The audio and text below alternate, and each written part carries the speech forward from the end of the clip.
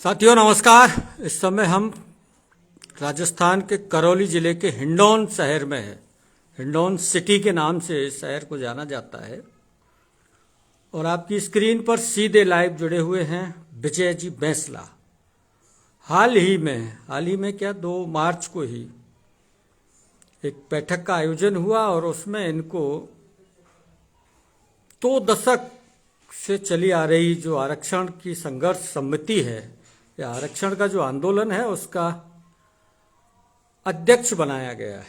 भविष्य को लेकर के क्या योजनाएं हैं, क्या कुछ बाकी रह गया है आंदोलन की लड़ाई में और अब तक के इनके अनुभव, क्योंकि एक पिछला जो आंदोलन था वो इन्हीं के नेतृत्व में संपन्न हुआ था। उसके बाद क्या कुछ बकाया है, इनसे इस चर्चा को आगे बढ़ाते हैं। आप सवाल पूछ करके इस चर्चा को थोड़ा सा रोचक और सारगर्भित बनाने में हमारी मदद करेंगे, ऐसा विश्वास, भरोसा और उम्मीद है। विजय जी, भाई साहब नमस्कार। वैसे थोड़ा सा समय निकालने के लिए धन्यवाद। Thank you. क्या योजना है भविष्य की?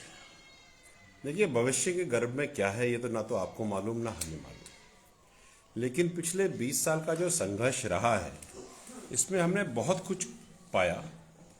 73 हमने अपने भाई शहीद हो गए, उनको हमने खोया, लेकिन हमें 5% आरक्षण तो आज मिल गया। जो खोए उनका दर्द तो जिंदगी भर रहेगा, ताउम्र रहेगा और नस्लों नस्लों तक रहेगा। लेकिन जो हम पा रहे हैं अब जो मिल रहा है, जैसे कभी 34 तो डॉक्टर बनी है। एक समय था जब समाज के डॉक्टरों को ढूंढने के लिए हमको चिराग लेके भागना पड़ता था। आज इतने हैं कि सब उनके चिरागों से जगमग हो रहे हैं। ये हमने पाया। केवल डॉक्टर ही नहीं, सब इंस्पेक्टर हैं, लेक्चरर हैं, अलग अलग जो भी भर्तियां निकल रही हैं उनमें 5% तो नौकरियां फिक्स हो गई हैं। अब आगे क्या करना है ये तो विचारणीय बात है, लेकिन जो मेरे को समझ में आता है, जैसे मैं एक छोटी सी बात आपसे करूं, अगर कहीं पर 10 नौकरियां हैं और एमबीसी के 1000 छात्रों ने उसके लिए फॉर्म भरे, लगेंगे तो 10 ही, वो 990 कहां जाएंगे? ये भी विचारणीय बिंदु है। बिल्कुल। केवल हम सरकारी नौकरियों के पीछे दौड़ें ये जरूरी तो नहीं, जरूरी तो ये भी है ना कि वो 990 कहां जाएं। क्या हम उनको एडवांस्ड एजुकेशन के लिए प्रेरित कर सकते हैं? क्या हम उनको बिजनेस के डायरेक्शन में लेके जा सकते हैं? क्या हम उनको प्राइवेट सेक्टर में जॉब्स दिला सकते हैं? क्या उनको इतना तैयार कर सकते हैं, सक्षम बना सकते हैं कि वो पहुंचे? एक तो ये बात है। दूसरी बात, अगर आप नोटिस करो, आंदोलन जब आंदोलन होते हैं तो आमूमन जो गांव के लोग होते हैं वो संघर्ष करते हैं। हाँ, ठीक है। और जिनको नौकरियां लगती हैं वो होते हैं जिन्होंने पढ़ाई करी होती है। तो जो व्यक्ति संघर्षरत रहा पटरियों पे, रोडों पे, आंदोलनों में, क्या उनके परिवार तक ये बेनिफिट पहुंच पाया? एक ही क्वेश्चन है जो मेरे मन में बहुत बड़ी विडंबना है मेरे मन में, कि जिन्होंने संघर्ष किया उनको संघर्ष तो समाज ने ही किया, लेकिन समाज में भी 2 तबके हो जाते हैं। देखो, ये तो प्रिंसिपल रहता है कि 20% कंट्रीब्यूशन रहता है और 80% मासेस का रहता है, 20% लिमिटेड का रहता है। 20% people actually take the benefit, 80% benefit is taken by the 20% people and rest of the 80% is living on the 20%। तो अगर ये सिचुएशन है तो हम इनके लिए क्या कर सकते हैं? बहुत ही जरूरी चीज है, क्योंकि समाज केवल सब इंस्पेक्टर, कलेक्टर और इनसे नहीं बनता। जो नहीं है पदों में उनसे समाज बनता है, और जो पद लेके बैठे हैं वो तो समाज का गौरव हो जाते हैं। हाँ। तो जो समाज के वो लोग हैं, वो तबका है, उसके लिए हम क्या कर सकते हैं? ये हमारे समाज के लिए बहुत बहुत बड़ा चैलेंज रहा है। फिर हम महिला, जैसे मैंने अभी बोला, 34 लड़कियां डॉक्टर बन गई। उन लड़कियों का क्या जिनको पढ़ने के लिए मौका नहीं मिल रहा? उन लड़कियों को का क्या जो पढ़ना चाहती हैं लेकिन घर से किसी कारणवश निकल नहीं पाती? हमें उनके वहां तक पहुंचना है और उनको आगे लेकर आना है। ये एक बात है। दूसरी एक इंटरेस्टिंग बात ये भी, अगर मैं आपसे बात करूं कि हम क्या करना चाहते हैं, तो जो गुर्जर समाज है, अभी 2017 में सरकार ने एक चिट्ठी भेजी थी राज्य सरकार ने केंद्र सरकार को एक चिट्ठी भेजी थी डिनोटिफाइड ट्राइब्स में इंक्लूड करने के लिए। ठीक है, अब आप विडंबना देखिए, ये विडंबना ही कह सकता हूं मैं कि जो राज्य सरकार ने 2017 में चिट्ठी केंद्र सरकार को भेजी, उस चिट्ठी के तहत केंद्र सरकार ने 5 जातियों को डीएनटी ट्राइब अर्ध घुमंतु में शामिल कर लिया, नोटिफिकेशन में निकाल दी। लेकिन जिस स्टेट ने, जिस राज्य ने वो चिट्ठी भेजी, उसने उसको एग्जीक्यूट नहीं करा। अब आप ये देखिए कि राजस्थान में डीनोटिफाइड डीएनटी के जो आई कार्ड बनते हैं वो सब जातियों के बनते हैं, लेकिन गुर्जरों के नहीं बनते, जबकि गुर्जरों के लिए चिट्ठी राज्य सरकार ने खुद 2017 में भेजी थी। अब इसका फल क्या हो रहा है?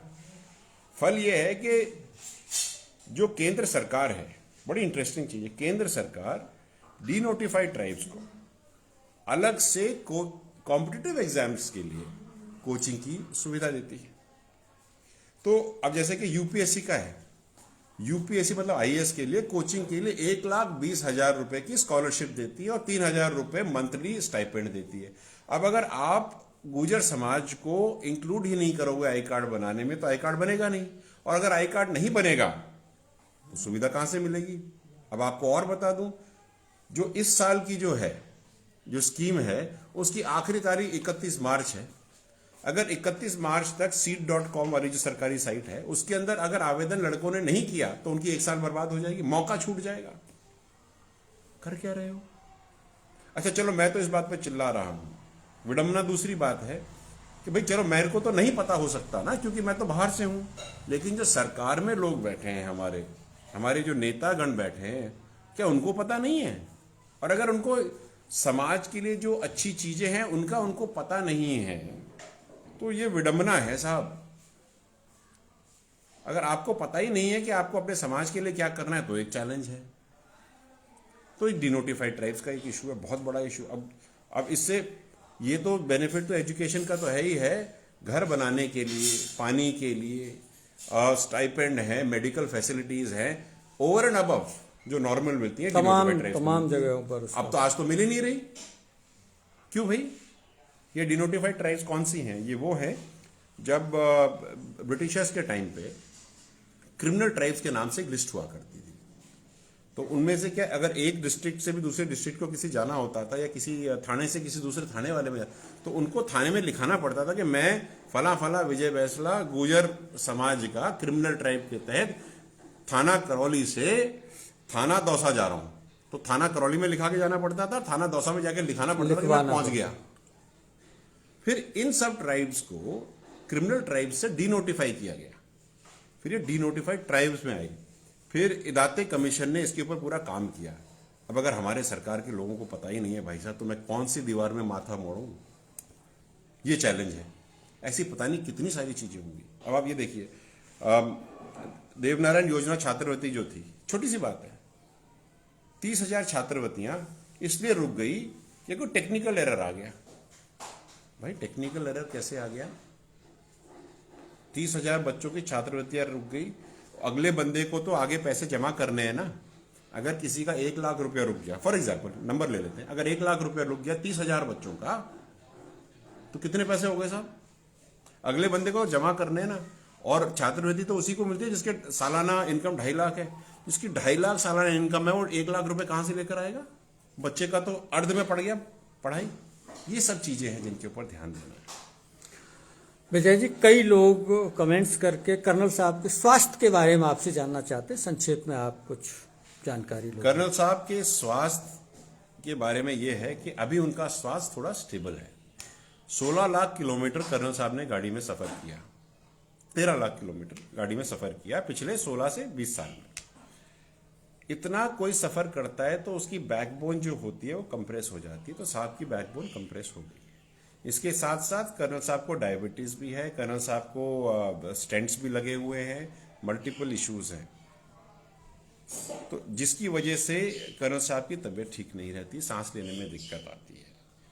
पहले से कर्नल साहब की तबीयत में इजाफा है। अभी थोड़ी ही देर बाद हम लोग जयपुर जाएंगे चेकअप कराने के लिए। अच्छा, दोबारा से हाँ बिल्कुल कराएंगे, वो तो नियमित चेकअप है। हो सकता है कि 4-5 दिन के लिए हॉस्पिटल में एडमिट भी होना पड़े मेडिकेशन लेने के लिए। तो अभी तो स्टेबल है तबीयत थोड़ी। ज्यादा कोई चिंताजनक ना 2 तारीख को तो बैठे ही थे। हाँ, ज्यादा देर नहीं बैठ पाए, बीच में 10-15 मिनट का उन्होंने गैप लिया, लेकिन हाँ समाज के साथ हैं। और दिमाग बहुत तेज चल रहा है साहब। हाँ, ये बात आप तो समझ सही लीजिए। ठीक है, शरीर अगर साथ नहीं दे रहा, ये मत सोचिए कि दिमाग नहीं चल रहा। दिमाग मैं तो वही फास्ट काम करूंगा कर रहा है। जो कर्नल साहब कहते हैं, और उनका आशीर्वाद, और वो संयोजक हैं, और जैसे जैसे वो कहेंगे हम वैसे वैसे करेंगे। वैसे भी पहले भी करता आ रहा था, अब केवल आपने समाज ने तमगा दे दिया, बिल्ला दे दिया, तो वो तो अलग बात है, लेकिन कार्य पहले भी था और अब भी था। एक नीरज शर्मा है, उनका एक सवाल है, DNT आई कार्ड मामले में आप आंदोलन क्यों नहीं करते? जब एक भर्ती में महज कुछ सीट को लेकर गुर्जर आंदोलन कर सकते हैं, तो इतने बड़े मुद्दे के लिए क्यों नहीं? जरूरत क्या है? प्यार से बात करेंगे, नहीं तो आंदोलन कर लेंगे, क्या दिक्कत है उसमें? लेकिन बात यह है कि हर चीज का सोल्यूशन आंदोलन नहीं होता। जब सरकार के कान पे जू नहीं रेंगती, तब हतप्रद होकर के आंदोलन का रास्ता अपनाना पड़ता है।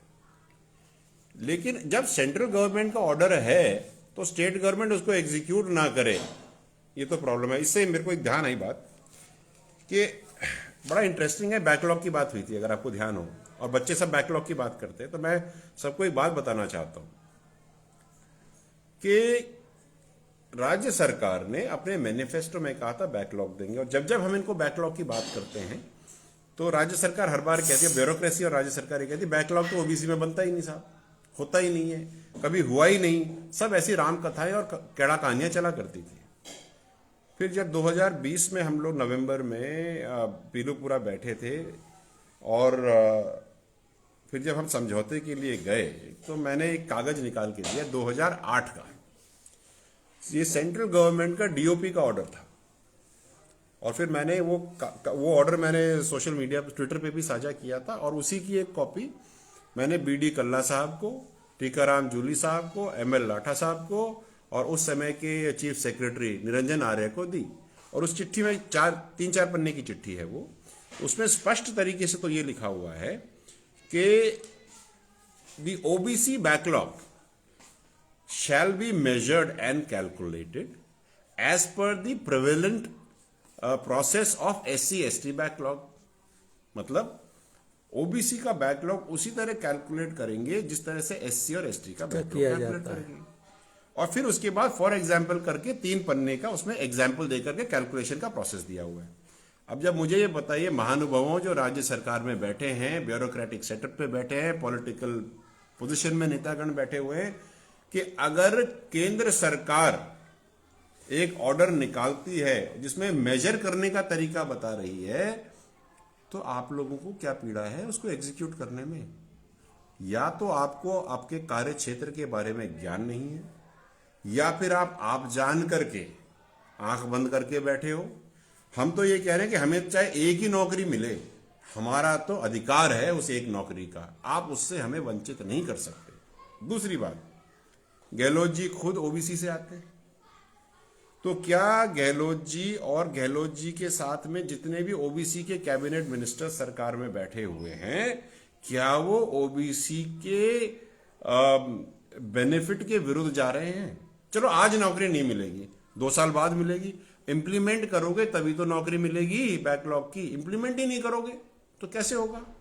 तो भाई साहब मेरी हाथ जोड़ के विनती, आप बैठे हो, मैं अगर केंद्र सरकार के अलावा जो राज्य सरकार में जो लोग बैठे हैं, अगर वो मेरी बात सुने, और जो ब्यूरोक्रेटिक सेटअप में बैठे हुए हैं, जो SDO SDM जो सब बैठे हुए हैं, उनसे मैं निवेदन करता हूं, और खास करके जो सोशल जस्टिस डिपार्टमेंट वाले हैं और गहलोत जी का पूरा ओबीसी का cabinet, wake up, it's time for you to wake up. Just by keeping your eyes closed, everybody is not sleeping, we are already awake, it's time for you to get up and smell the coffee, my dear sirs, because if you do not do it, we will do it, and when we do it, you will have a problem. So please, अगर हमने आपको कागज दे दिया है और कागज आपके पास समक्ष रखा है, या तो कह दो कि हम सेंट्रल गवर्नमेंट के ऑर्डर्स को राजस्थान में एग्जीक्यूट नहीं करें, क्लैरिटी तो दो। बात क्लैरिटी की आती है तो मैं एक बात और कह देता हूँ। एक कागज था मेरे पास, अभी आए थे लड़के वो रीट भर्ती वाले, 372 पद वाले। वो कह रहे हम बार बार जाते हैं, नेताओं से मिलते हैं, चांदना जी से मिलते हैं, रघु शर्मा जी से मिलते हैं, कोई क्लैरिटी नहीं मिलती। तो मेरा आपके माध्यम से रघु शर्मा जी और चांदना जी को एक रिक्वेस्ट है, जिंदगी में कभी आप भी बेरोजगार रहे होंगे बिना नौकरी के, कभी आप भी पढ़े होंगे, कभी जिंदगी में कभी आपने एक तो एग्जाम दिया होगा, आपको पता है कि एज लिमिट क्या होती है, और आपको पता है एक बेरोजगार व्यक्ति का दर्द क्या होता है। अगर नहीं पता तो बेरोजगार होकर के देख लीजिए। और अगर आप 372 के पद में हमको क्लैरिटी केवल ये दीजिए, या तो आप दे रहे हो या नहीं दे रहे हो। अगर 372 बच्चे हैं, अभ्यर्थी हैं, और वो ये आपके पास आते हैं तो कुछ बोलो तो सही। आपने साइन किया है कागज पे, मैंने तो नहीं किया। आप एक कैबिनेट स्तर के व्यक्ति हो। This is the biggest problem. अपने पूरे समाज नहीं, राजस्थान में एक बहुत बड़ी ना वो जैसे जंग लग जाता है ना मानसिकता में नेताओं को, वो लगा हुआ है। वो ये है, कह देते हैं करते नहीं, क्रियान्विति नहीं, कुछ नहीं है। भाई साहब हम छोड़ेंगे नहीं पीछा, हमें क्लैरिटी चाहिए। दे रहे हो या नहीं दे रहे हो, दे रहे हो तो दो, और नहीं दे रहे हो तो मुंह पे आकर के मर्द की तरह बोलो नहीं दे रहे। ये सिट पिट करके दरवाजे बंद मत करो महाराज। आंख मूंदने से बिल्लियां नहीं भाग रही, बिल्लियां तो वहीं बैठी है, आपको अंधेरा दिख रहा है। एक बात। दूसरी चीज ये है कि जो अपना पूरा सेटअप है, जितने अपने नेतागण हैं, इनके पास जब बच्चे जाते हैं तो एक चिट्ठी बना करके, अनफॉर्चुनेटली एक चिट्ठी बना करके ट्विटर पे डाल देते हैं, सोशल मीडिया पर डाल देते हैं, सोचते कि इनका काम हो गया। जितने भी युवा मेरी ये बात सुन रहे हैं, भगवान के लिए इस चिट्ठी प्रकरण से दूर हो जाओ।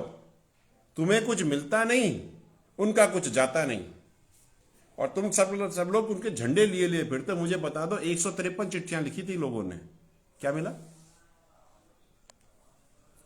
क्या मिला? आपको पास जवाब आ रहे होंगे, आप मुझे बताइए साहब, कोई मिला कुछ? 153 चिट्ठियां लिखी थी नेताओं ने, सिटिंग एमएलएज ने।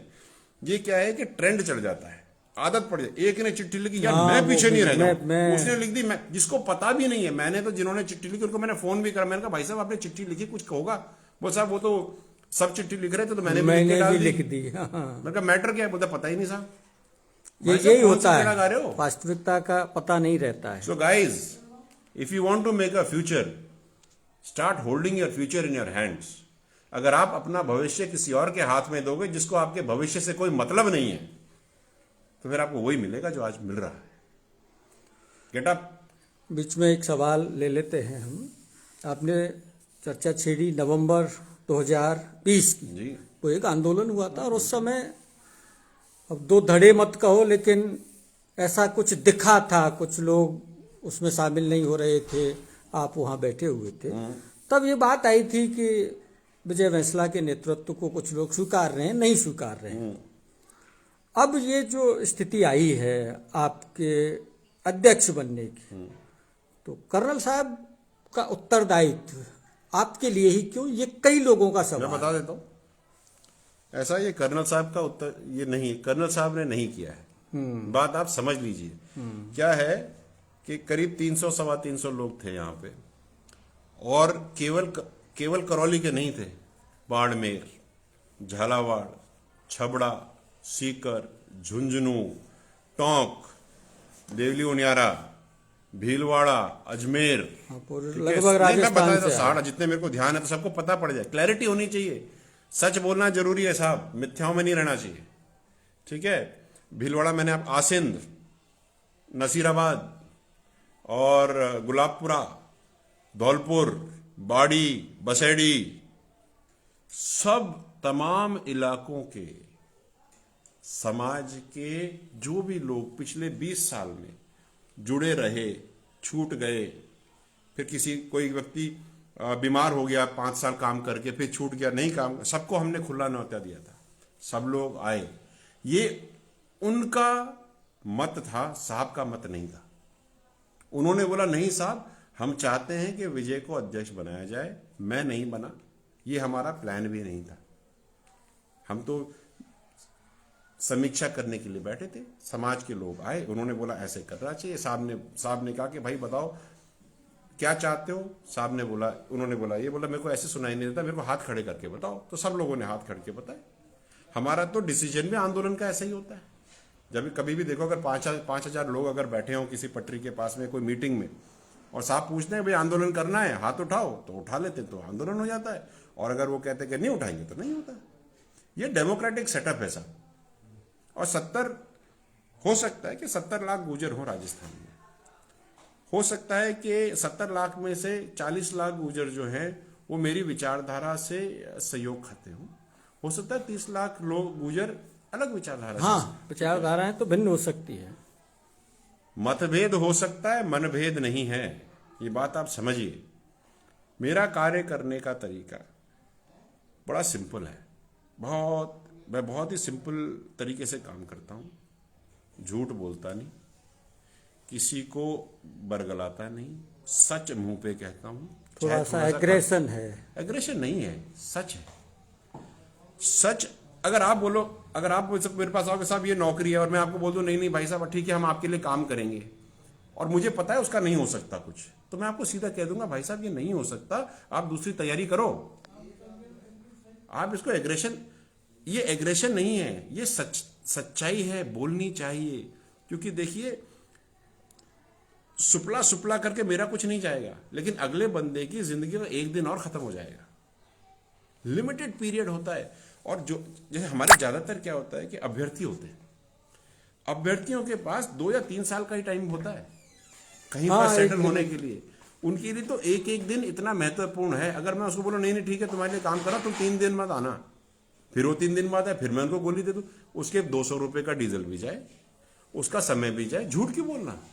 एक सवाल आया है दिनेश गुर्जर जी का कि अध्यक्ष तो आप बन गए, उपाध्यक्ष के बारे में सोचना चाहिए, और उनका सुझाव है कि किसी महिला को, युवा महिला को ये जिम्मेदारी दी। मैं आपको, क्योंकि ये बात यहाँ हो रही है तो मैं आपको स्पष्टता से बताऊं, मेरी साहब से जो बात हुई डिटेल में, क्योंकि ये कोई भी डिसीजन मेरा अकेले का नहीं है, ये बात आप समझ लीजिए सबके सब। मैं पिछले 6 साल से लगा हूं। पहले बाहर नौकरी किया करता था बहुत साल। जितना मेरा 23 साल 24 साल का मैनेजमेंट का अनुभव है, और अलग अलग देशों में अलग अलग भाषाओं, अलग अलग रिलीजन्स में और अलग अलग कंट्रीज में जो मैंने जो एक्सपीरियंस लिया, पहले उसका तो निचोड़ तो मैं समाज के लिए करूंगा ही करूंगा। सबसे पहले किसी भी चीज को करने के लिए एक संगठन की जरूरत है, और संगठन बहुत ही ठोस संगठन होना चाहिए। ऐसा नहीं कि मैं आपको पसंद करता हूं तो आप संगठन में पद ले लो ना, ऐसा नहीं होता साहब। संगठन इस तरह से नहीं चला करते। संगठन ऐसे चलते हैं कि आपकी काबिलियत क्या है, क्या आपके पास वो आप उतने सक्षम हो कि उस इलाके के समाज को लेकर के आगे चलोगे, ये बात जरूरी है। तो संगठन बनेगा साहब, अध्यक्ष भी बनेगा, उपाध्यक्ष भी बनेगा, आपके जिला वाले भी बनेंगे, लेकिन जो भी व्यक्ति बनेगा उसके पास 100-125 लोगों का दमखम होना चाहिए। हाँ, एक देखो मैं स्पष्टता से बता रहा हूं, मास, क्योंकि अगर आप 125 लोगों का दमखम रखते हो और 33 डिस्ट्रिक्ट हैं, और 33 डिस्ट्रिक्ट्स के अंदर में अगर आपकी अमूमन 10 से 12 अगर आपकी तहसीलें हैं, तो हर तहसील में अगर 150 लोग आपके पास संगठन के हैं, तो 50,000 आपके संगठन के पहले दिन में खड़े हो जाते हैं। आज की तारीख में दुविधा तो ये भी है ना कि जब हम कोई आंदोलन करते हैं, देखिए आप हमारी समाज की दुविधा बोलूंगा मैं, और क्या बोलूंगा। हमने 2 आंदोलन करे साहब मेरे सामने जो हुए, और पहले भी हुए होंगे, नवंबर के महीने में और क्या 2020 में और 2019 में, जब आंदोलन हुए। और मेरे को कोई शर्म नहीं है बात बोलने में, क्योंकि सच्चाई, जैसे मैंने आपको कहा, मैं कहूंगा, फिर कहूंगा एग्रेसिव है, लेकिन सच्चाई है। अगर सरकार बीजेपी की होगी तो कांग्रेस वाले जो ऑपोजिशन में, वो भी, बीजेपी वाले तो आएंगे ही नहीं आपके आंदोलन में समर्थन, कांग्रेस वाले भी नहीं आते, नेचुरल है। कांग्रेस की सरकार में बीजेपी वाले नहीं आते। और इंटरेस्टिंगली 2 आंदोलन दोनों के दोनों कांग्रेस सरकार में हुए। कांग्रेस सरकार में कांग्रेस माइंडेड जो लोग हैं समाज के, काफी सारे वो लोग थे जिन्होंने आंदोलन करने वाले रोड पे बैठे हुए या पटरियों पे बैठे हुए लड़कों को उठा उठा करके घर भेजा। अब मुझे उनसे मेरा एक प्रश्न है, भाई साहब आपको किसने ये अधिकार दिया कि समाज के आंदोलन को विखंडित करो? किसने दिया आपको यह अधिकार? किससे पूछ के आपने ये कार्य किया? क्या आप समाज के अंग नहीं हैं? सवाल है आपसे। और ये सवाल उस आदमी को जरूर जा रहा है जिसने एक कार्य किया। मैं आंख डाल करके पूछ रहा हूं आपसे प्रश्न, क्योंकि ये प्रश्न मैं नहीं पूछ रहा, ये वो हजारों लड़के पूछ रहे हैं जिनकी उम्मीदें और आशाएं आंदोलनों से लगी हुई थी, और आपने उसको एक झटके में अपने निजी राजनीतिक चाटुकारिता और कई कारणों से विखंडित कर दिया। क्या जवाब दोगे? दिनेश ने एक विकल्प आपके लिए खोला है। विजय जी से मेरी रिक्वेस्ट है कि उपाध्यक्ष के लिए कपिला गुर्जर कोई हैं, उनको युवा लीडर हैं, आप मनोनीत करें। लेकिन ये उनका व्यक्तिगत सुझाव है। हाँ, ये हर एक व्यक्ति की क्षमता अनुसार संगठन में दिया जाएगा। क्षमता होनी चाहिए, क्षमता जिसमें क्षमता होगी लिया जाएगा। ना तो किसी को मना है ना किसी को हाँ है। और ये इसका डिसीजन तो कर्नल साहब करेंगे, हम तो उनको लिस्ट पकड़ा देंगे साहब, ऐसा है। आखिरी का सवाल है। बोलो 10 लीजिए, आखिरी क्यों, मेरे पास तो टाइम है। हाँ, पूछिए। आरक्षण संघर्ष समिति के पहले और लंबे समय तक अध्यक्ष रहे कर्नल किरोड़ी सिंह बैंसला ने लोकतंत्र में लोकसभा चुनाव लड़कर के अपना एक बार भाग्य आजमाया था। आपकी कहां से नजर है? ये चर्चा लोग करते हैं। अरे इसमें कोई दिक्कत ही नहीं। मैंने कहा मैं तो सच बोलूंगा। क्योंकि करौली में आप काफी एक्टिव नजर आते हैं। मैं तो पूरे राजस्थान में एक्टिव हूँ साहब, लेकिन मैं गंगानगर से तो नहीं लड़ सकता। हाँ। क्योंकि आपने बात करी, इसलिए इस बात में 2 बातें निकल के आती हैं। पहली बात तो ये निकल के आती है कि हम तो वहीं से लड़ेंगे जहां गुजर बाहुल होगा। हाँ, नेचुरली लोकतंत्र का एक करेक्ट। तो अब मुझे एक बात बताइए कि हमारे जितने भी नेता लड़ते तो गुजर बाहुल क्षेत्रों से हैं, लेकिन फिर जब गुजरों की पे और विपदा आती है तो मुंह में दही क्यों जम जाता है भाई? हाँ, समाज के लिए फिर बोलना भी चाहिए जब आप उसका वोट ले रहे हैं। अगर हाथ से आप आगे अपने आप को ऊपर खिंचवाओगे तो जब इस हाथ को जरूरत पड़ेगी तो आपका हाथ वहां होना चाहिए ना। अब मैं अशोक चांदना जी से ही पूछता हूँ, चलो मेरे को स्पष्टता से बात करने की आदत है। साहब गोई से आप बात करते हैं तो आप तो गुजर बाहुल क्षेत्र से लड़े साहब, तो मुझे बताओ 372 के ऊपर क्लैरिटी क्यों नहीं दे रहे? क्या वो युवा आपके यहाँ के नहीं है? क्या वो समाज के नहीं है? बात ये है। और जब और कहां से लड़ना है वो तो समय बताएगा साहब। 73 विधानसभाएं जो गुजर बाहुल और एमबीसी बाहुल हैं, उनमें से करीब 30 एक रिजर्व्ड है और 33-35 ऐसी सीट्स हैं या 43 सीट्स ऐसी हैं जो जनरल हैं। कहीं से लड़ लेंगे साहब। जहां से मैं पार्टी से भी जुड़ा हुआ हूं, तो जहां से मेरे को पॉलिटिकल पार्टी कहेगी कि आप यहां से इलेक्शन लड़ो तो मैं वहां से लड़ूंगा। अगर पॉलिटिकल पार्टी कहती है कि भैया आप इलेक्शन मत लड़ो, घर बैठो, तो हम घर बैठेंगे। बट मेरा ये कहना जरूर है आपको कि समाज को राजनीति में उभर कर आना चाहिए।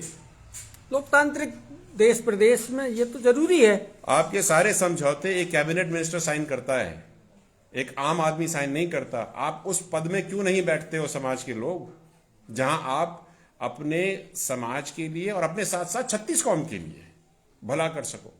अगर आप ये कहते हो कि विजय बैंसला अगर इलेक्शन लड़ेगा तो केवल गुजर समाज का काम नहीं करेगा, सबका करेगा। हाँ, लेकिन गुजर समाज को छोड़ेगा नहीं। आजकल क्या होता है, गुजर समाज से इलेक्शन लेकर के जीते जाते हैं और उसके बाद कोई आदमी जाकर के और किसी को बोलता है यार मैं तुम्हारा काम नहीं कर सकता, दूसरे समाज नाराज हो जाएंगे। क्यों भाई? तो फिर गंगानगर से इलेक्शन क्यों नहीं लड़ते, त्रिपोलिया से क्यों नहीं लड़ते? अगर मैं पॉलिटिकल बात करता हूं, मैं राजस्थान के ही नहीं पूरे भारत के युवाओं से और लोगों से और एमबीसी समाज के लोगों से यह कहना चाहता हूं, राजनीति में सक्रिय भूमिका निभाइए, नहीं तो आपकी रंधी खीर को कुत्ते नहीं खाएंगे। अगर आपका राजनीतिक नेतृत्व स्ट्रांग होता आज सरकार में, तो आज प्रक्रियाधीन भर्तियों की बात खत्म हो जाती। अगर आपका राजनीतिक नेतृत्व ठीक होता तो हमको 3 विधवाओं के मुआवजे के लिए नवंबर 2020 में पटरी नहीं उखाड़नी पड़ती। अगर आपका राजनीतिक नेतृत्व स्ट्रांग होता तो 372 के लिए हम दर दर नहीं भटक रहे होते।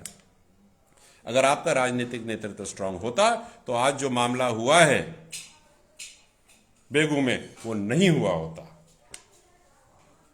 विचारणीय बात है। धीरज गुर्जर का एक सवाल है, आपने पार्टी का खुद ही जिक्र किया। हाँ, मैं एक पार्टी से जुड़ा हूं, वो पार्टी का नाम पूछ रहे हैं। मैं भारतीय जनता पार्टी से जुड़ा हुआ हूं भाई साहब, लेकिन मैं ये कहता हूं कि संघर्ष समिति में हर पार्टी का व्यक्ति आना चाहिए, समाज का होना चाहिए और हर पार्टी के व्यक्ति का समागम होना चाहिए, हर विचारधारा का समागम होना चाहिए, तभी हम इसको आगे लेके जा सकते हैं। राजनीतिक सोच भी होनी चाहिए, अलग अलग पार्टियों की अलग अलग सोच होती है, और अगर वही सोच अगर एक संगठन में आए तो संगठन उससे कितना लाभान्वित हो सकता है, ये विचारणीय चीज है। आपकी बात से एक चीज मेरी समझ में आई कि आप चुनाव लड़ेंगे जरूर। देखो पार्टी के ऊपर है। नहीं नहीं, मानस तो ऐसा लग रहा है कि हाँ, उसमें 2023 का चुनाव आपको मैं बताऊं, मेरे को 2018 वाला चुनाव हुआ था, उसमें मेरे को आसिन से टिकट मिल रहा था, मैंने वो टिकट छोड़ दिया साहब। कर्नल से क्या हुआ कि उस टाइम अपने वो जो डिप्टी सीएम साहब सीएम बनने की बात चल रही थी, तो साहब ने यही कहा कि देखो भाई साहब, अगर हम इलेक्शन लड़ेंगे तो समाज में वोट की फूट हो जाएगी, तो हो सकता है कोई नुकसान हो जाए। तो मैंने कहा मैं तो उस टाइम, आज मेरी 50 साल की उम्र है, उस टाइम मैं करीब 46 ईयर्स का था। तो मैंने उनको कहा कि साहब मेरे तो 5 साल चले जाएंगे, फिर क्या करें। तो साहब ने यही कहा और बहुत अच्छी नसीहत मुझे दी, मैं उनका धन्यवाद देता हूँ। उन्होंने कहा कि देख भाई विजय, मैंने अपने 20 साल छोड़ दिए, तू 5 साल नहीं छोड़ सकता समाज के लिए, फिर आ जाएगा समाज, फिर मौका आएगा, फिर लड़ लेंगे। लेकिन एक बार अगर कोई सीएम बन रहा है तो उसको बनने देना चाहिए। मैंने कहा बिल्कुल आपकी बात सही है, हमने अपना इरादा बदल दिया, हम नहीं लड़े चुनाव, तो मौका ऐसा नहीं है कि बघेल हैं धौलपुर के। जी बोलिए। आपसे निवेदन कर रहे हैं कि अब कभी पटरियां मत उखाड़ना, हमें भरतपुर होकर धौलपुर जाने को मजबूर होना पड़ता है। पटरियां हम थोड़ी उखाड़ते हैं साहब। एक बात समझिए, आपने हमें, अगर हमको अराजक तत्व समझ रखा है तो गलत बात है। कभी भी नोटिस कर लेना, हम लोग पटरी उखाड़ने से पहले 3 महीने या 3.5 महीने का टाइम देते हैं सरकार को। और कभी आप इस बात पे भी कभी विचार करो कि पटरी पे बैठने के 9 दिन बाद या 10 दिन बाद सरकार वो काम कर देती है, तो सरकार पहले ही कर देती तो बात क्या थी। पिंटू जी नाम था ना, पिंटू जी, ये प्रश्न, सिंटू जी, आप ये प्रश्न सरकार से करें कि भाई जो काम तुम 9 दिन बाद करते हो वो 10 दिन पहले ही कर देते तो ये मौका ही नहीं आता, और नौबत ही पैदा। और हमने कभी भी किसी गलत चीज के लिए आवाज नहीं उठाई है।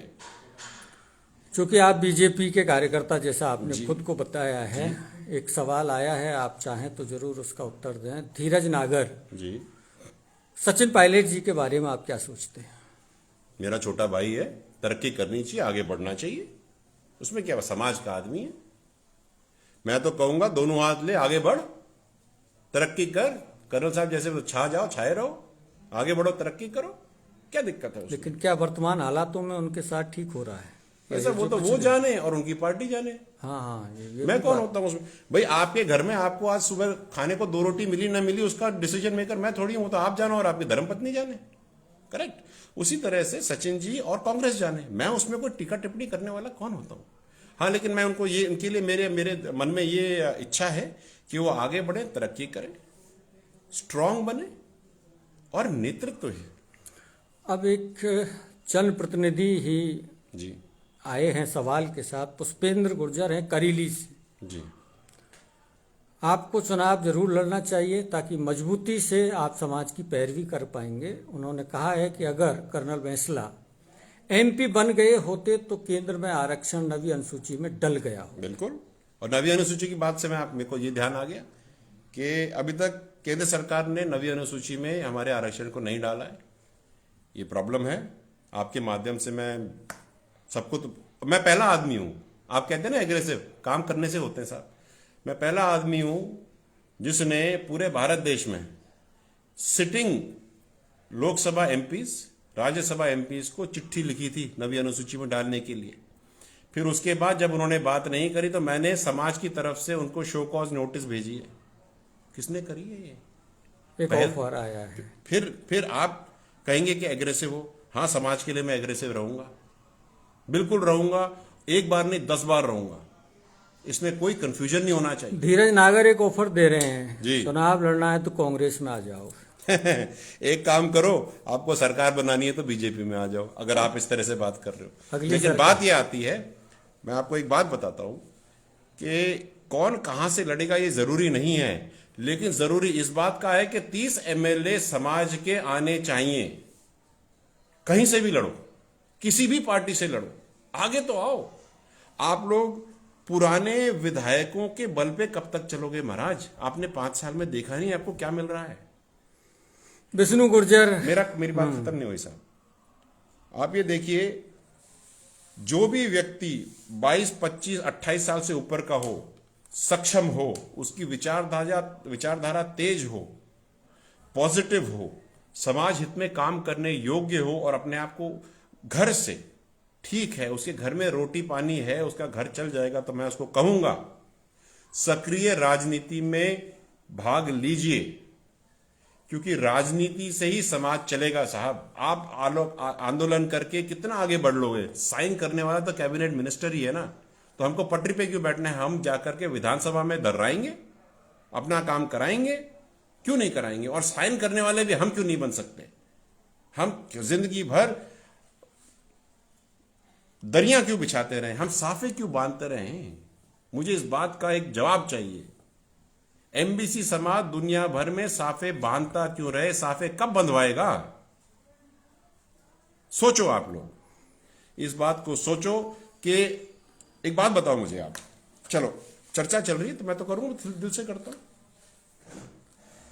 अमूमन आप हिंडौन से, महुआ से हिंडौन आए और आपको पता चला कि एक एमएलए साहब आ रहे हैं या एमपी साहब आ रहे हैं या नेताजी आ रहे हैं, और आपको एक फोन आता है कि जिस भी पार्टी के आप हो, फोन आता है कि साहब वो आ रहे हैं, उनका स्वागत करो।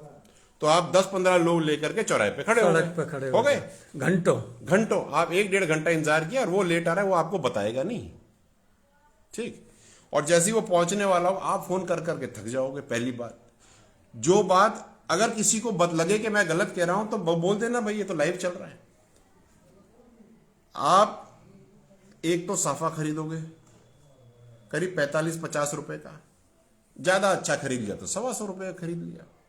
50 लोग या 40 लोग आप खड़े हो वहां पे, उसके ऊपर 5 रुपए के हिसाब से आप उनको चाय पिलाओगे, तो 5 5 250 रुपए की तो आपने चाय पिला दी, 175-150 रुपए का आपने साफा खरीद दिया, ठीक। अगले बंदे ने 1 मिनट में गले में डाला, हाथ जोड़ा, राम राम साहब निकल लिया, उसको तो पता भी नहीं तू है कौन। कई बार जरूरी नहीं है कि गले में डाल भी दे और रुके भी। तो भाई साहब आपके गए 350-400 रुपए, 2 घंटे, उसको पता भी नहीं आप हो कौन। निहाल सिंह जी का एक सवाल भाई साहब, जल्दी ये निकल जाएंगे फिर। निहाल सिंह जी का सवाल है कि आपसे एक बात पूछना चाहते हैं निहाल सिंह पोसवाल, कि राजस्थान में एक भी गुर्जर ऐसा नहीं था जिसे देवनारायण विकास बोर्ड का अध्यक्ष बनाया जा सके। राजस्थान से बाहर के, हालांकि विधायक नदवई के हैं, लेकिन राजस्थान के बाहर के निवासी को ये जिम्मेदारी क्यों दी गई? मुझे क्या पता, ये तो गहलोत जी से पूछो, मैं कौन होता हूं? मुझसे या कर्नल साहब से इस बात पे विचार नहीं हुआ था साहब, स्पष्टता से कह रहा हूं। आप गहलोत जी से पूछिए कि क्यों दिया, क्यों नहीं दिया। इस बात का जवाब तो उनके पास ही है, मेरे पास इस बात का जवाब नहीं है। जिस चीज का जवाब मेरे पास नहीं है वो तो मैं कह दूंगा नहीं। हाँ, जिस विषय में मैं चर्चा नहीं हुई, ना तो मैं कांग्रेस ऑफिस में बैठता हूं, ना कुछ, ना विचारधारा मेरी वहां बैठती है। एक और सवाल था जो निकल गया विष्णु गुर्जर का। साहब बुला रहे हैं। विष्णु गुर्जर का सवाल था कि आप अभी अधूरे हैं, हिम्मत सिंह पाडली और दीवान सिंह शेरगढ़ को अपने साथ लीजिए, तब एक पूरा कारवां बन पाएगा। कर्नल साहब ने इनको संघर्ष समिति से निष्कासित किया था आज से 4 साल पहले। कर्नल साहब का डिसीजन सर्वमान्य है, वो रहेगा। उनके लिए कोई स्थान नहीं बचा है। साहब ने निष्कासित कर रखा है। अगर साहब डिसाइड करते बाद में तो बात की बात है, समय की बात। देखो जो संगठनात्मक डिसीजंस कर्नल साहब ने लिए हुए हैं वो बदले नहीं जा सकते। आखिर में क्या कहना चाहेंगे? मैं ये कहूंगा सबको, हमने बहुत कुछ पा लिया 5% आरक्षण के साथ, हमें बहुत कुछ और पाना है। इसको पाने के लिए हमें बहुत संघर्ष करना बाकी है। जो लोग नौकरियां लग गए हैं उनका भी दायित्व बनता है समाज की तरफ मुंह देखें। ये मत सोचना कि नौकरी लग गए तो कहीं और चले गए। समाज की जाजम में ही बैठोगे साहब, तो आप लोग सब जैसे बाकी समाज में जो लोग प्रशासन में हैं वो समाज को अपने साथ लेके चलते हैं, वैसे आप भी चलिए। ये मेरा आपको सुझाव है। एक युवा है, उसका एक सवाल आ गया है, सुझाव ही है आपको। संघर्ष समिति में कोई दलाल नहीं होना चाहिए, ये शब्द काफी समाज में। हाँ बिल्कुल सही, सच बात है, नहीं होना चाहिए। आपके साथ मैं बिल्कुल अग्री करता हूं, और नहीं होगा। विकास मावई नहीं होगा। अब मेरे को उस वर्ड की क्या आपकी परिभाषा रही हो उस पर मैं नहीं घुसूंगा, लेकिन हाँ, संघर्ष समिति में जो भी व्यक्ति होगा निष्ठा वाला होगा, सच कहने वाला होगा, ट्रांसपेरेंट होगा, इंटेग्रिटी होगी। और जैसे मैं पिछले 6 साल से हर चीज सबके सामने खुल के बोलता हूं, उसी तरह से हम खुल के हर बात बताएंगे। अगर हम आज कल अगर हम कुछ करके आएंगे भी तो जैसे ही खत्म होगा हम आकर के बता देंगे कि ये हुआ, ये हम करने वाले हैं, ये सिचुएशन है। उमा पटेल का एक सवाल है कि जब पूरा समाज हिम्मत पार्ली और दीवान गुर्जर को स्वीकारने के लिए तैयार है तो आपको क्या दिक्कत है? मेरे को कोई दिक्कत ही नहीं। कर्नल साहब का डिसीजन है, इस बारे में और चर्चा करने की मेरा मंशा भी नहीं है, मैं करना भी नहीं चाहता। कर्नल साहब ने एक डिसीजन ले चुके हैं, वो डिसीजन सर्वमान्य है। कर्नल साहब का डिसीजन अगर आप नहीं मानना चाहते तो कह दीजिए, कोई दिक्कत नहीं। एक और सवाल है, आखिरी है। जिस आश्वासन के बाद 12 नवंबर 2020 को आपने ट्रैक खाली किया था, क्या वो मांगे सब पूरी हो गई या अभी? काफी हद तक वो 2020 वाली काफी हद तक मांगे खत्म हो गई हैं। केवल उसके अंदर में एक प्रक्रियाधीन भर्तियों की मांग बाकी है, जिसके ऊपर भी एक इशू चल रहा है। इशू ये है, और मैं आपको सबको बता देता हूँ कि ट्रांसपेरेंसी इज इंपॉर्टेंट। प्रक्रियाधीन भर्तियों के अंदर उस समय तक ये था, जब मेरी लास्ट मीटिंग हुई थी उसमें शैलेंद्र भी थे और हम सब लोग 4-5 लोग थे, बुरा भगत भी थे। और ये था कि प्रक्रियाधीन उस समय किससे मांगे, जो भर्तियां खत्म हो गई हैं वो, जो चल रही हैं वो, क्योंकि काफी प्रक्रियाधीन भर्तियों में नौकरी भी दी गई है। तो अगर आप उसका रूल चेंज करते हो तो पिछली दी गई नौकरियों में दिक्कत आती है। लेकिन मैंने उनको यही कहा था कि हमको इस बात पे क्लैरिटी दीजिए, बिकॉज लोग पर ढर्रे तो लगे हैं।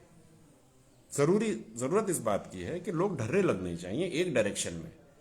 तो वो बात चल रही है, चर्चा चल रही है, अब जल्द मीटिंग होगी, क्लैरिटी आ जाएगी। हाँ, लेकिन प्रक्रियाधीन भर्तियों के अलावा जो बातें थी वो सारी हो गई। आपकी शहीदों को मुआवजा मिल चुका, आपके 1252 को उनकी सैलरी इंक्रीज हो गई। सैलरी इंक्रीज ही नहीं हुई भाई साहब, जिस चीज के लिए वो आए थे वो तो सैलरी इंक्रीज थी। हमने तो उनको एरियर्स दिलवा दिए। एरियर्स एक व्यक्ति को 2.5 लाख 3-3 लाख रुपए का एरियर मिला। ये कोई कम बात नहीं है। समाज में इतना पैसा आया, घरों में गया, ये बच्चों की पढ़ाई में जाएगा, खान पान में जाएगा, समाज में ही जाएगा, किसी और के पास नहीं जाएगा। तो ये हुआ। आपको तीनों विधवाओं को मुआवजा मिला, वो भी चीफ मिनिस्टर फंड से। नौकरियां मिल गई, मुआवजा भी मिला, 3 लोगों को नौकरियां भी मिल गई। जिनकी शादी नहीं हो रही थी इतने सालों से, उनकी शादी हो गई। आपको शुभकामनाएं होनी चाहिए इस बात की। अब आखिर में विधानसभा सीट का नाम बता दीजिए। मैंने आपको बताया ना साहब, इतनी सारी सीटें, जहां से बोलेंगे लड़ लेंगे। आप जहां से, आप क्या सजेस्ट करते हो आप बताइए। जितना मेरी जानकारी है, भारतीय जनता पार्टी का जो शीर्ष नेतृत्व है, स्टेट को अगर अपन नजरअंदाज भी कर दे, अच्छी पैठ है आपकी जी। सिंबल में शायद दिक्कत नहीं आएगी। जितनी आपकी पैठ है उस हिसाब से सिंबल में दिक्कत नहीं आई। सीट तो आपको ही चुननी पड़ेगी। देख लेंगे साहब, तो बहुत देर है। करौली में काफी सक्रिय हैं। देखो, मैं सक्रिय करौली में भी हूं, मैं मसूदा में भी हूं, मैं मांडलगढ़ में भी हूं, मैं मांडल में भी हूं, मैं आसिंद में भी हूं। आप क्योंकि आप उस तरफ जाते नहीं है तो आपको पता नहीं चलता। आप, मैं एक बात और कहना चाहूंगा। देखो युवाओं, समझो बात को। जो ये बात अगर अपनी खत्म हो गई तो मैं बहुत जरूरी बात है युवाओं से करना चाहता हूं। एक मिनट ना, डिस्कनेक्ट मत करना। मैं एक चीज बताना चाहता हूं युवाओं को, सबको। देखो युवाओं, ये जो आपके पास है ना, ये बहुत प्रॉब्लमेटिक बात है भाई। इस फोन के अंदर एक ऑप्शन होता है डिजिटल वेलबींग। इसको खोलोगे तो आपको पता, देखिए इसको खोलोगे तो आपको पता चलेगा आप दिन में कितने घंटे इस पे खत्म कर रहे हो। आज सुबह से लेकर के अब तक मैंने 2 घंटे 8 मिनट इस पे लगाए। उसमें से ज्यादातर समय मैंने व्हाट्सएप पे लगाया और ट्विटर पे लगाया। फोन पे बात करने के लिए मैंने केवल 15% टाइम इस्तेमाल किया। शाम को सोने से पहले एक बार इसको खोलो, अगर इसके अंदर में अगर आपका 8 घंटा आ रहा है तो आप बहुत बड़ी दुविधा में खड़े हो सर। क्योंकि जब आप 8 घंटे केवल मोबाइल स्क्रीन को ही देखोगे तो पढ़ोगे और अपनी जिंदगी कब आगे बढ़ाओगे? समझे? बात समझ में आ रही है मेरी? Please for God sake. बहुत अच्छी बात आपने कही है। 699 का रिचार्ज करके 84 दिन के लिए आप अपने आप को सुपरमैन मत समझो। वो पैसे भी तुमसे लेते हैं, समय भी तुम्हारा ही लेते हैं। गाने तुम सुनते हो, दिमाग में कुछ नहीं जाता। अगर इतना ही इस्तेमाल करना है तो YouTube पे फ्री लेक्चर सुनो, ऑनलाइन टेस्ट लो, अपनी जिंदगी आगे बढ़ाओ, किसी की कंपनी को मत बढ़ाओ। वो तो मजेदार अरबपति हो गया और तुम कहां रह गए? रोडपति। एक और सवाल है विजय। नहीं, मेरी बात खत्म नहीं हुई है, बात मैं पूरी करूंगा। दूसरी बात, सोशल मीडिया पे, ट्विटर पे, व्हाट्सएप पे, फेसबुक पे समाज का सम्मान करो, तिरस्कार मत करो। 4 लाइक के लिए एक दूसरे के साथ झगड़े मत करो। उल्टी सीधी क्या कर रहे हो तुम लोग? किसी का झंडा लेकर के किसी के लिए हल्ला करने से तुम्हें कुछ नहीं मिलेगा। समाज की जग हसाई होती है। झगड़े कर रहे हो, गालियां दे रहे हो एक दूसरे को, क्या कर रहे हो? किसी ने अगर साइबर का केस ठोक दिया किसी दूसरे के ऊपर, आपकी तो जिंदगी खराब हो गई ना। और एक चीज का ध्यान रखना, आप कागज पे लिखी हुई लिखावट को तो रबर से मिटा सकते हो, लेकिन डिजिटल प्लेटफॉर्म पे आपने जो लिख दिया वो जिंदगी भर कभी नहीं मिटेगा, वो कभी भी आ जाएगा। तो प्लीज बी वेरी केयरफुल। तीसरी बात मैं इसलिए कह रहा हूं, लोग बाग जोश में आकर के गाली गलौज कर देते हैं। प्राइवेट सेक्टर की नौकरियां करोगे, मैं प्राइवेट सेक्टर से आया हूं इसलिए बता रहा हूं, हर एक व्यक्ति का नौकरी देने से पहले रेफरेंस चेक होता है। और आजकल एक प्रोसेस नया शुरू हो गया है पिछले 4-5 साल से, सोशल मीडिया रेफरेंस चेक। आपकी सोशल मीडिया की ट्विटर और फेसबुक आईडी का आप जब फॉर्म भरोगे तो पूछेंगे, आप जब उसको दोगे तो एनालिटिक्स उस पर चलेगी और उसमें यह देखा जाएगा आप कितने नेगेटिव, कितने पॉजिटिव, किस मुद्दे को लेकर के आप चिल्लाते हो और क्या चीज आप फॉलो करते हो। आप इंटरव्यू में तो झूठ बोल सकते हो, लेकिन पिछले 5 साल के जो आपने कार्य करे सोशल मीडिया में, उसको कैसे हटाओगे? तुम्हें नौकरी नहीं मिलेगी भाई साहब। इसलिए ये बात और कौन बोलेगा? जो आपकी चिंता करता है वो बोलेगा। भाई मैं इस इंडस्ट्री से हूं, मैं टेलीकॉम इंडस्ट्री में मैंने 23 साल लगाए हैं। मुझसे कुछ नियति की बात सीख लो, आपके ही फायदे में। कल की तारीख में अगर सोशल मीडिया रेफरेंस चेक में आप रिजेक्ट हो जाओगे तो आप उसको ठीक भी नहीं कर सकते। ये वो नहीं है कि पुलिस केस हो गया तो मैं उसको जाकर के रफा दफा करवा लूं, वो नहीं हो सकता साहब। इसमें एक बार गया तो टप्पा लग गया। इसलिए stay out of all this nonsense, it is not going to give you anything. आपने जितनी भी विधानसभा सीटों का नाम लिया है उनमें भरतपुर की कोई नहीं थी। विष्णु गुर्जर ने आपको एक सुझाव दिया है। हाँ बताएं साहब विष्णु जी। कामा चले आइए। चले आएंगे और बताओ। नहीं उनको नहीं, देखो मैं वही कह रहा हूं, कामा भी एक सीट है, महुआ भी एक सीट है, आपकी सवाई माधोपुर एक सीट है, देवली उनियारा एक सीट है, आपकी पीपलदा एक सीट है, एक आपकी मसूदा सीट है, नसीराबाद सीट है, पुष्कर सीट है, मांडलगढ़ है, कोटपुतली है भाई साहब, 58,000 गुजर है। आपको ये बताओ मुझे, आप सबसे एक मैं प्रश्न करता हूं, आप सब राजनीतिक विशेषज्ञ हैं सारे। मांडलगढ़ में 35,000 गुजर हैं, अभी तक एक भी टिकट गुजर को नहीं मिला है। पिछले जब से इलेक्शन शुरू हुए हैं, 60 साल के तो इलेक्शन हो ही गए होंगे। मसूदा 45,000 गुजर है, एक भी टिकट नहीं मिला। ऐसा क्यों होता है? जो गुजर या एमबीसी बाहुल क्षेत्र हैं और टिकट उसको मिल जाता है जिसकी आबादी केवल 5,000 है। कभी ये आपने इस पे विचार किया? अंधे होकर के वोट डालना बंद करो साहब। मैं एक सामाजिक बात कह रहा हूं। एक और सुझाव आ गया है। बताएं साहब। नगर विधानसभा क्षेत्र में गुर्जर समाज का कोई दमदार नेता नहीं है और समाज की जनसंख्या पर्याप्त है, उमा पटेल जी कह रहे हैं। ये उमा पटेल हैं कौन? दो बार कह चुके हैं। ये जेन्युइन है या फेक आईडी है? ये पहले तो ये पूछिए उनसे, कौन कहां से है उमा पटेल जी? दो बार तीन बार इन्होंने सजेस्ट कर दिया। हाँ, है ना? 3-4 सवाल है इन्होंने। हाँ, तो एक बात है भाई, वहां पर अपने अनीता गुर्जर है ना नगर में। क्या आप चाहते हो कि वहां जाकर के मैं उनका विरोधी बनूं? चाहते हो आप? समाज की बातें करते हैं आप, उनकी बात, उन जगहों की बातें क्यों नहीं करते जहां पर अभी तक टिकट नहीं दिया गया है? उसकी बात करो। जीतू गुर्जर कह रहे हैं पीलूपुरा नवंबर 2020 समझौता लागू होता तो प्रक्रियाधीन भर्तियों में गुर्जरों को 4000 नियुक्तियां मिल सकती थी, उसके लिए आप क्या कर रहे हैं? ये प्रश्न आपने जो 8 विधायक है उनसे कभी करा? बताइए उनसे, जिनको आप सत्ता में बिठाते हो, जो साइनिंग अथॉरिटी हैं, जिनसे सरकार चलती। सरकार है क्या? मुझे आप सब बुद्धिमान लोग हो, सरकार है क्या? 200 विधायकों का एक झुंड, एक समूह है जिसका एक गडरिया होता है। अगर गडरिया हांके और भेड़ वहां जाने से मना कर दें तो गडरिये को भी वहीं जाना पड़ेगा जहां भेड़ जा रही। बात समझ में आई सबको? अगर जब बाड़ाबंदी हुई थी और हमारे 8 विधायकों ने यह कह दिया होता कि प्रक्रियाधीन भर्तियां लागू करो जैसे बाकी लोगों ने करी समाज की, तो आज लागू हो गई होती। उस समय बहुत कुछ कर लिया। आपके लोग तो चाटुकारी करते रह गए भाई। सब सच बात है। बुरा लगेगा फिर कहोगे विजय एग्रेसिवली बोलता है, लेकिन मैं तो सच कह रहा हूं। अगर आप बोल दो विजय तूने झूठ बोला तो बताओ। अगर देखो, सही समय पर सही चोट करना बहुत जरूरी है, नहीं तो जिंदगी भर लोही पीटते रह जाओगे।